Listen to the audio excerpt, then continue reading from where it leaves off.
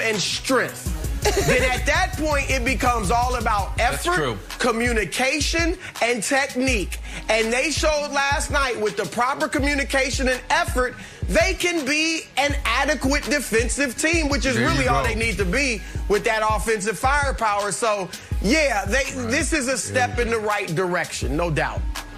True. That was uproarious. You know what the Nets are? You ever go to a driving range and you see a guy shank left and right 13 in a row and then hits one perfectly down the middle, and he really believes that's who I am. That guy, not the 13 prior, that guy. And then another dozen go breaking windshields in the parking lot. We saw this from the Nets a month ago.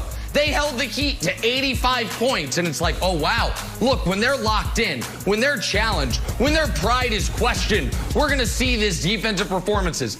Then they allowed 120-plus points in every single game they played until last night. Last night, they put it all together defensively for a half of basketball. They allowed 30 first-half points. They allowed 5 points in the final 8 minutes of the first half. Little golf clap. I'm happy for them. No, that's not even close to who they are. No, that's not the way they're going to win games. Brandon, they're not winning games 104-94. They don't even want to win games that way. They want to win games 134-124, and that's not sustainable. But good job last night. I'm happy for them. I'm happy for your Nets, Brandon, even though you don't care because it's not mid-March. But go ahead, Brandon. That's right. That's right. My Nets. You guys cover basketball and love it. I am a fan of basketball, and I love playing basketball. But the reality is, basketball season doesn't start until mid-March. And I'm going to continue to say that. As a fan of basketball, you know, I really don't lock in until mid-March. I am forced to cover basketball now because I get paid to do it. So a few things that stood out to me last night. Number one is what you said, Chris, is the defense and the effort in particular. When you think about the defense, like, this is a middle-of-the-road type of defense. That's their capacity.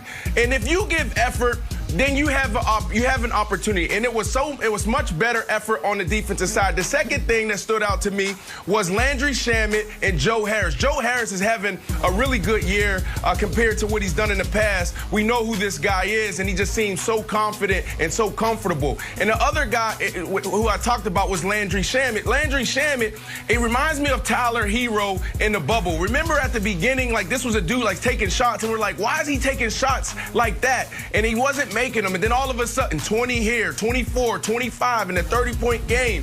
That's who this kid reminds me of. He's starting to be comfortable. He only had 8 points, but I loved how confident he was when he was stroking it.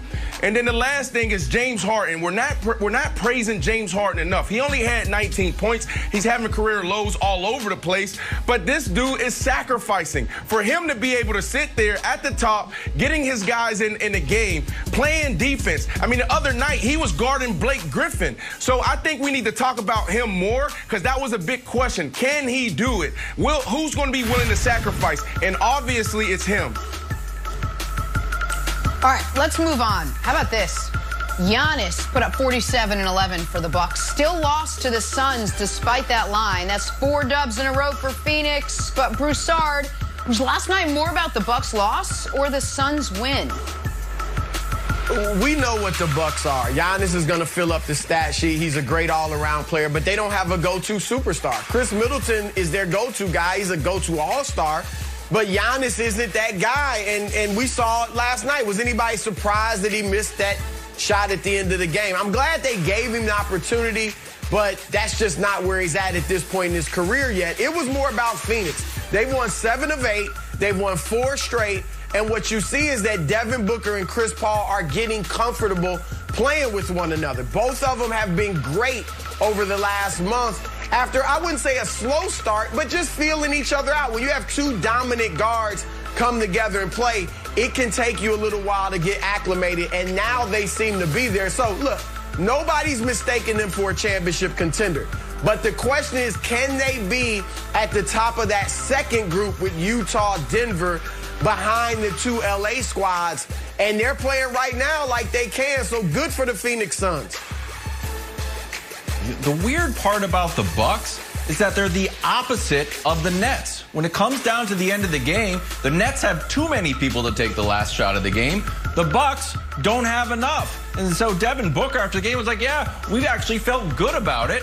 When it felt more incendiary when you saw the entire context. But he shot it, foul line extended, Nick. And he's a two-time MVP. You can't give him the ball at the end of the game. I don't remember another MVP since maybe Shaq in 2000, where at the end of the game, you actually have to avoid giving him to the ball if he's not posted down low. Yeah, it's Shaq. Shaq's the comp for this, and it's not great for the Bucks, obviously. To me, the bigger story was not Giannis's miss. The bigger story was the point guard that the Bucks acquired this offseason. For this year, they'd have been better off acquiring the point guard that the Suns acquired this offseason. I understand why you want Jrue Holiday to grow with Giannis. I get it. He's younger. Giannis signs the extension, and you know he's going to sign it, so you trade for Holiday so they can have a 3-4 year run together. But for this season, if the Bucks had Chris Paul, he would be the guy at the end of games orchestrating. He would be the guy at the end of games taking these shots, and the Bucks would be the massive favorites in the Eastern Conference. That's not shade on Jrue, and it's not intentional shade on Giannis. It just speaks to how great Chris Paul is and what he's doing for Phoenix. But if Chris Paul and Jrue Holiday were flip-flopped, the Bucks are the overwhelming favorites in the Eastern Conference this year, Jenna. All right, we're going to take a little break, head back to Tampa. Super Bowl champ Shaq Barrett joins us. He's going to talk GOATs. He's going to talk boats. He might even talk some football. That is next. First things first.